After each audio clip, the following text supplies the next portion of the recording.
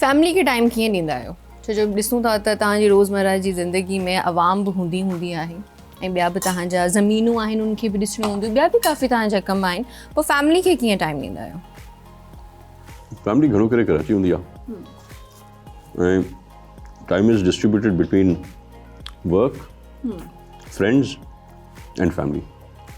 So of course कोशिशि कंदो आहियां कलाक ॿ कलाक आराम सां फैमिली सां गुज़ारियां ऐं 2-3 ॾींहं में हिकिड़ी आउटिंग में करे वठंदा आहियूं, लंच या डिनर थी वियो, इनमें वो भी कराची में गुजारा हो जाता है.